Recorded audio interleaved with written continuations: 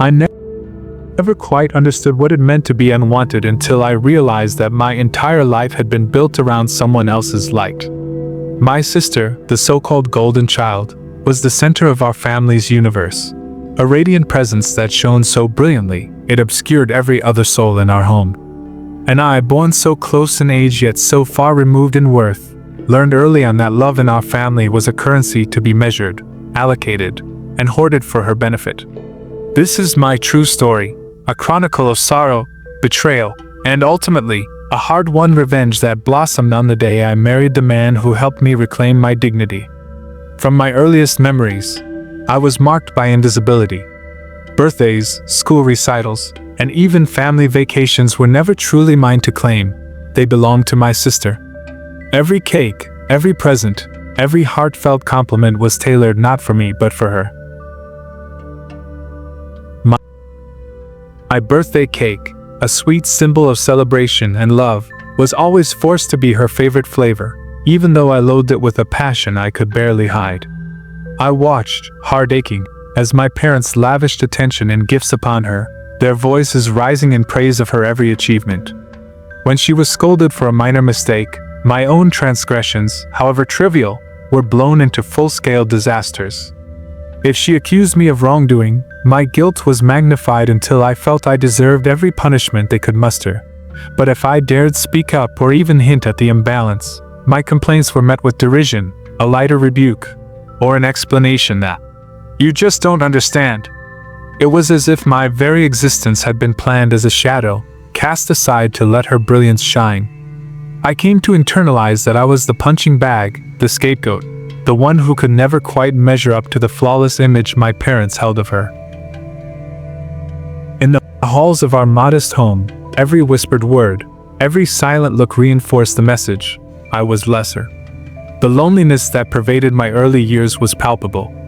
I tried desperately to forge friendships at school, to seek refuge from the relentless comparisons and the constant barrage of criticism. Yet, my sister, always nearby, managed to twist every situation to her own favor. At first, her disregard was enough, a silent dismissal that left me to retreat into myself. But as we grew older, as the tumult of adolescence set in, her behavior darkened. Friends began to vanish from her orbit. Whispers in the school corridors confirmed that her charm had soured, leaving her friendless. I was too caught up in my own struggles to understand why, but I couldn't help noticing that my sister, once indifferent, now turned her venom toward me. Suddenly, I was no longer the overlooked sibling. I became the target of her malice. She accused me of misdeeds, enlisted her few remaining friends to rally against me, and manipulated our parents into isolating me further. "They're not good people," she would say of my friends, and with the authority of our parents behind her, they obliged. Invitations to family gatherings, once a potential escape from the cruelty at home, became bittersweet reminders of my solitude. At one such gathering, a cousin had invited me to join in on a fun outing, but with a forced, hollow apology I confessed that I wasn't allowed to have friends. "Because my sister doesn't have any," I blurted out in the blunt honesty of a child. The truth, spoken with the clarity of youth, shattered the illusion of fairness in our family and fanned the flames of my parents' discontent. They scolded me and grounded me for a month, but in some perverse way, that moment affirmed my perception. Even when I was honest, I was punished. As the years passed, my sister's behavior escalated. Having switched schools to escape the scorn of our extended family after her social status faltered, she had, for a brief moment, tasted a semblance of normalcy. But even as she began making friends in her new environment, she never allowed the newfound acceptance to alter her treatment of me. Instead, she used it as a weapon. With her, the scales of fairness were permanently tipped in her favor. Every achievement I made was downplayed. Every mistake I committed was magnified. Our parents' favoritism was blatant. She had more freedom, more trust, and far more spending money. Curfews for her were lenient, while mine were suffocatingly strict. Any attempt on my part to question these discrepancies was met with a cold denial. "It's because she's older," they would say, as though age alone justified the injustice. The burden of this unequal treatment weighed heavily on me, especially during my teenage years, a time already fraught with the uncertainties of identity and self-worth. I tried to build relationships outside our toxic bubble. I found solace in the few friends who dared to see beyond the surface. But even those fragile bonds were repeatedly undermined by my sister's scheming. In an act of betrayal that cut me to the core, she once seduced the boyfriend I was secretly beginning to trust. I had been desperate to shield him from the inevitable fallout of our family's dysfunction, yet she intervened in her own cruel way, turning him against me with flirtations in skimpy clothing and accusatory whispers. The boy, confused and heartbroken by the conflicting stories, eventually fled back to me. My parents, ever the impartial arbiters in my sister's favor, sided with her. Though I was sure of the truth, the seeds of distrust in my own judgment took root, a bitter irony for a teenager already drowning in resentment. By the time we reached high school, I had become intimately familiar with the language of neglect and discrimination. It wasn't just the slights or the forced comparisons, it was a lifestyle. My parents, heavy-set and indulgent, equated love with food, a comfort that was lavished on my sister with every opportunity, while I was left to suffer the consequences of punishment and scarcity. In our home, treats and extra helpings of dinner were tokens of affection reserved for the golden child. I, on the other hand, was expected to learn that self-discipline meant enduring a hungry silence where sweetness should have been. And yet, amid all this, I clung to a desperate hope that one day, I might escape the oppressive web of my upbringing. My salvation, as I saw it, lay in education. I buried myself in my studies, using academic achievement as both a shield and a weapon against the constant degradation. It was my way of silently defying the verdict that had been passed on me at birth. In the midst of this isolation, I found refuge in the warmth of our extended family. Unlike my parents, my cousins welcomed me with open arms, offering the kind of unconditional acceptance I'd never known at home. Their embrace, though unable to fully erase the scars left by years of neglect, provided a glimpse of the family love I had always craved. I cherished every gathering with them, every shared laugh and quiet moment of understanding. Yet even here, I couldn't entirely shake the feeling of being an outsider, a mere afterthought to the dazzling narrative of my sister's life. Love, too, was a treacherous field. My first boyfriend, who had entered my life like a beacon of hope, became entangled in the web of my sister's cruelty.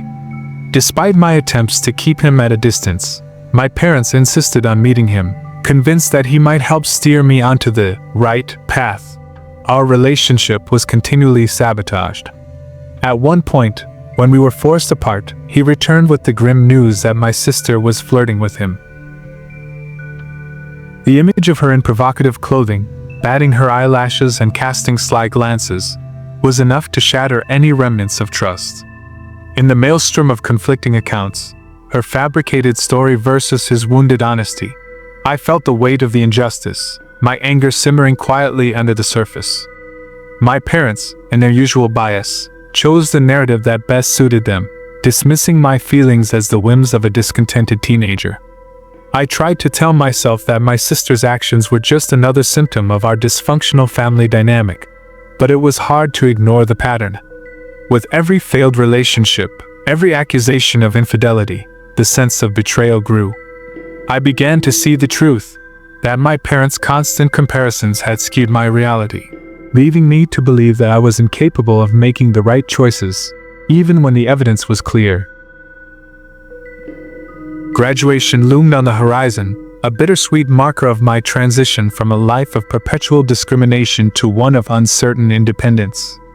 As my sister prepared to leave for college, a college that, despite its modest reputation and lack of a scholarship, was her prized escape, my own future was cast into doubt. My mother, with tears in her eyes and a resigned tone, explained that there would be no financial help for my education. I was to start working immediately after graduation, to shoulder the burden of my own dreams, while waiting in the long, cold shadow of my sister's achievements.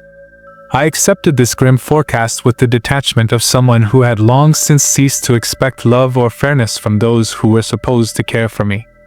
I had prepared for college with a fierce determination, not only to escape the stifling confines of our home but also to prove to myself that I was more than the sum of my parents' disappointments. My grades were excellent, my scholarship hard-earned, and with every late-night study session, I stitched together a future that belonged solely to me. When I finally announced my acceptance to a decent college, one that recognized my worth with a full scholarship, I could no longer contain the mixture of pride and defiance surging within me. I posted my achievement on social media, even forcing myself to thank my parents in the caption. I knew they would never acknowledge it privately, but out in the world, I dared them to challenge my success. And for a fleeting moment, they appeared pleased, boasting to the extended family. But the triumph was short-lived. My sister's failures in college soon became fodder for the family's whispered conversations. In their eyes, her missteps were just another testament to the obvious disparity between us. It wasn't long before the family dynamic shifted once more, a shift that would lead me into a confrontation I never thought possible. As my sister's college struggles grew, my parents' favor seemed to pivot even further away from me. They continued to pit us against one another, highlighting every misstep on my part and every tiny achievement on hers. The injustice was now systemic, woven into the very fabric of our family's existence. I was left to fend for myself, emotionally isolated and haunted by the constant, demeaning reminders of how I was supposed to be less than her. Then, in the midst of this chaotic interplay, love found me. My first husband-to-be, my partner in the fight for justice, entered my life with a boldness and energy that I had never experienced before. Unlike the timid, resigned person I had become, he was fierce in his defense of what was right. Where I had once felt compelled to bear every slight in silence, he immediately responded with indignation and a thirst for retribution. He was the kind of man who wouldn't tolerate a single injustice, someone who clapped back at every insult and was ready to wage war against those who dared harm his beloved. I admired him immensely. His ability to transform our shared pain into a potent weapon of revenge was nothing short of exhilarating. I, on the other hand, was still caught in the reflexive patterns of my upbringing, a doormat who would break down in tears at the slightest provocation. And yet, in his arms, I found a strange blend of solace and strength.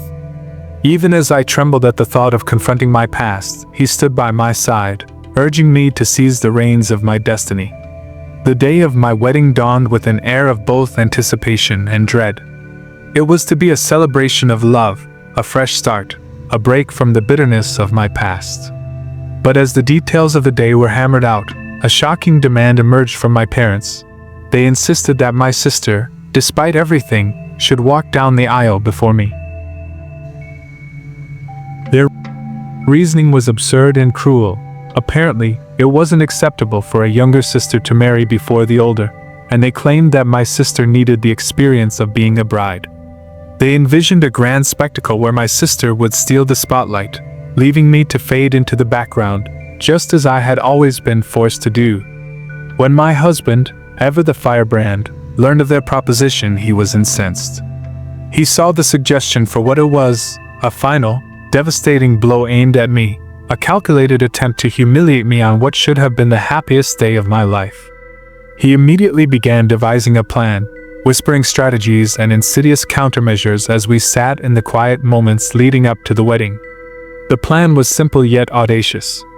We would feign agreement with my parents and sister, all the while orchestrating a covert scheme that would ensure my sister never set foot in the ceremony. Under his direction, we arranged for discreet security, a man who would stand guard, a silent sentinel with instructions clear as day. Under no circumstances was my sister to be allowed into the venue. My husband's brilliant plan included a series of calculated misdirections, fake addresses for venues, clandestine meetings with vendors, and an intricate web of secret communications that ensured every move was synchronized. We even managed to secure the cooperation of a few family members, those who had long watched my suffering in silence and were now eager to see justice served. As the hours turned to minutes and the day of reckoning arrived, every nerve in my body vibrated with a mixture of terror and anticipation. I had spent my entire life waiting for a moment like this. A moment where the scales of injustice might finally be balanced. The wedding venue, beautifully decorated and brimming with guests who had gathered to celebrate our union, was also about to serve as the stage for the culmination of a lifetime of pain. I remember standing backstage, my heart pounding in my chest, as I prepared to walk down the aisle. My husband's steady presence at my side was a comforting contrast to the whirlwind of emotions surging within me. Every whispered doubt, and every tear of past grief was momentarily stilled by the realization that I was no longer the powerless girl of my youth. Tonight, I was reclaiming my identity. Then, as if scripted by fate itself, the unexpected unfolded. My father's phone buzzed, a single text message that sent a ripple of panic through the room. My father, who had always been the unwavering pillar of our family's misguided morality, had just received news that shattered the carefully laid plans. My sister was on her way, the message declared, and with only minutes to spare before the ceremony was set to begin. My heart sank. All the careful planning, all the secret communications, now hung by a thread. Yet my husband, with that indomitable spirit I so admired, sprang into action. In hushed tones that belied the storm within him, he directed our allies and signaled to the security guard. As the guests took their seats, the appointed guardian, a man whose imposing presence seemed to fill the room, stepped forward. His role was clear, his instructions simple. If my sister attempted to enter, she would be stopped. I could scarcely breathe as the ceremony began. My father, oblivious to the brewing tempest, waited at the entrance, his eyes flickering between hope and confusion. The bridal song began, a melody that should have been filled with joy, and I took my first tentative steps down the aisle. Every eye in the room was fixed on me, but I felt a strange, surreal detachment, as though I were watching someone else's triumph. Then came the moment that turned everything upside down. A sudden commotion at the entrance, shouts echoing in the hushed space, and my father's phone rang again. I caught a glimpse of a flurry of movement, a figure in a wedding dress, the very image of our orchestrated chaos, and for a split second, my heart froze in my chest. My father's expression shifted from pride to utter shock, and murmurs spread like wildfire among the guests. Someone in the crowd, a friend who had been privy to our secret plan, shouted, "It wasn't supposed to be you there," in a tone so raw and accusatory that the illusion of normalcy shattered completely. I stood frozen, tears streaming down my face. Whether they were tears of sorrow or relief, I couldn't tell, but in that moment, the years of accumulated pain and humiliation surged to the surface. My husband was there, his arms offering solace even as his eyes blazed with the fire of retribution. I could see in them the promise of a future untainted by my parents' cruelty, a future where I was finally seen, finally valued. As the chaos unfolded, the carefully constructed facade of our wedding began to crumble. My father, desperate to salvage the moment, fumbled for his phone, trying in vain to regain control of the narrative. But the damage was done. The security guard, unfaltering in his duty, intercepted my sister at the door and calmly informed her that there was no place for her in the ceremony. The sound of raised voices, accusations, and desperate pleas reverberated throughout the hall. Friends and family members, once complicit in the silence of our household, now spoke up with a righteous anger that I had never imagined possible. One friend, emboldened by the moment, publicly demanded an explanation. "Why wasn't you there, really?" she cried, her voice shaking with indignation. The answer, once a secret kept between my husband and me, spilled out in fragments, a tale of manipulation, betrayal, and the years of abuse I had endured. My father's silence spoke volumes, and soon the room was filled with whispers of disbelief and horror. My mother, who had once been the unyielding enforcer of our family's twisted love, quietly excused herself, unable to bear the mounting pressure of her own guilt. My sister, still clad in the wedding dress that was meant for me, broke down completely.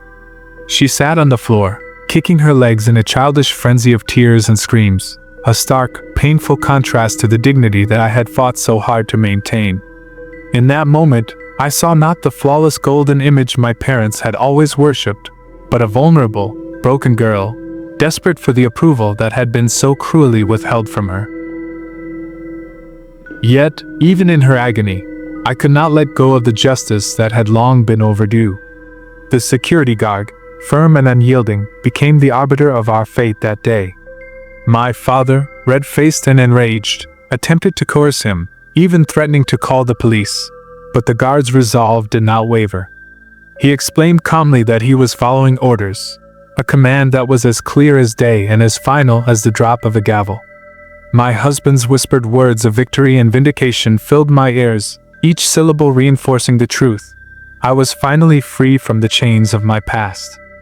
As the ceremony proceeded in a surreal haze of muted celebrations and whispered condemnations, my husband and I clung to each other.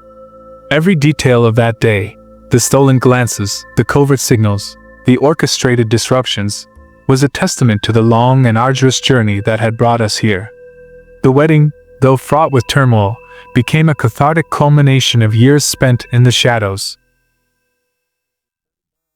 It was not a day of unalloyed joy. It was a day of reckoning, a day when the scars of the past were laid bare for all to see, and for the first time, I felt that the wrongs committed against me were being met with a measure of poetic justice. The rest of the reception was a blur of whispered conversations and sidelong glances. My husband, ever the vigilant protector, kept a cool head even as the revelry around us was tinged with an undercurrent of tension. Some guests filmed parts of the unfolding drama, snippets of a story that, in time, would be shared widely as a modern parable of retribution. Others comforted me in quiet corners, assuring me that the day belonged to me, that I was no longer the silent sufferer but the architect of my own destiny. When the evening finally drew to a close, and the last of the guests departed, I found myself alone with the remnants of my shattered past. In the quiet aftermath, as I sat in the dim light of our hotel room, I allowed myself to reflect on everything that had transpired. Every tear, every angry shout, every whispered secret had converged to form the tapestry of my life, a tapestry that, while stained with sorrow, now also bore the vibrant hues of justice and self-empowerment. In the days and weeks that followed, the repercussions of that tumultuous wedding rippled through our family. My parents, once so confident in their right to dictate every aspect of our lives, were forced to confront the undeniable truth of their actions. Calls and messages came flooding in, threats, apologies, and attempts at reconciliation, but I had long learned that the only voice I needed to heed was my own. My husband and I maintained a careful distance from those who had once wielded power over me. We kept a detailed record of every interaction, every attempt at manipulation, ensuring that no future threat could ever undermine the hard-won peace we had achieved. Even as my sister's behavior defied easy explanation, her own rage and humiliation manifesting in endless, erratic messages, my resolve remained steadfast. I had come to understand that our family's dysfunction was not something I could change, but it was something I could no longer let define me. As the months turned into years, I forged a new life, a life where love and respect were earned, not demanded through manipulation or favoritism. My college experience, once a beacon of hope, became the foundation upon which I built a career, a network of friends, and a personal identity that was distinctly my own. I no longer sought validation from those who had always dismissed me. Instead, I embraced the inner strength that had been forged in the crucible of my suffering. Sometimes, in the quiet moments of a late evening or during the serene calm of a sunrise, I find myself reflecting on the long journey that brought me to this point. I ask myself, why did it have to be this way? Why was I destined to live in the shadows of my sister's golden glow? The answers are complex, a tangled web of chance, parental choices, and societal expectations. I have come to believe that I was an unplanned child, an unexpected addition to a family that had already idolized the miracle of my sister's arrival. Perhaps, in their own flawed way, my parents resented the very idea of my existence. Perhaps I was always destined to be the scapegoat, the sacrificial lamb upon which the family's hopes and disappointments were pinned. Yet, as I write these words, I realize that the true meaning of my life is not defined by the injustice I suffered, but by the resilience I discovered in the process. Every tear shed, every moment of despair was a stepping stone leading me to the realization that I could break free from the cycle of favoritism and abuse. The painful memories of a childhood spent in the shadows have become the driving force behind my determination to live authentically, to love fiercely, and to never allow anyone else to dictate my worth. Today, as I stand on the threshold of a future that I have painstakingly built, I look back on my wedding day not with bitterness, but with a sense of profound vindication. The chaos, the pain, the raw, unfiltered display of family dysfunction were the catalysts for my transformation. It was on that day that I finally reclaimed my identity, that I took the first steps toward becoming the person I always knew I could be. My husband, with his quick wit and unwavering support, remains my greatest ally. A reminder that even in the midst of heartbreak, love can be a powerful agent of change. The story of my wedding, and of the lifetime of discrimination that led up to it, serves as a testament to the human spirit's capacity to endure and to overcome. It is a story of how the very people who sought to keep me in a perpetual state of despair unwittingly provided the fuel for my liberation. I now wear my scars not as badges of shame, but as emblems of the battles I have fought and won. They are a constant reminder that even in the darkest moments, there is a spark of hope waiting to ignite the flames of revenge and redemption. In the years that have followed, I have learned to navigate life with a clarity that was once elusive. I no longer allowed the ghosts of my past to dictate my future. Instead, I channeled the lessons learned from my painful upbringing into a resolve to help others who may find themselves trapped in similar cycles of injustice. I have become an advocate for those whose voices have been silenced by familial favoritism and manipulation. My journey, with all its twists and turns, has instilled in me a fierce determination to stand up for what is right, no matter the cost. I now cherish the freedom that education, love, and self-acceptance have given me. Every achievement, every small victory over the lingering shadows of my childhood, is a triumph against the injustice that once threatened to define me. I have come to understand that forgiveness is not the same as forgetting. Rather, it is a way of reclaiming power over one's own narrative.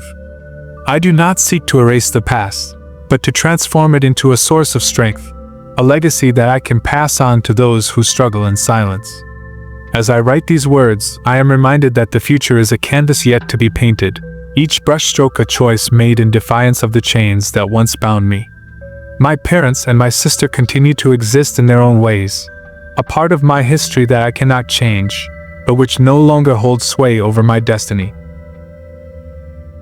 The echoes of their voices may still reach me in quiet moments, but I now answer with the confident, measured tone of someone who has long since found their voice.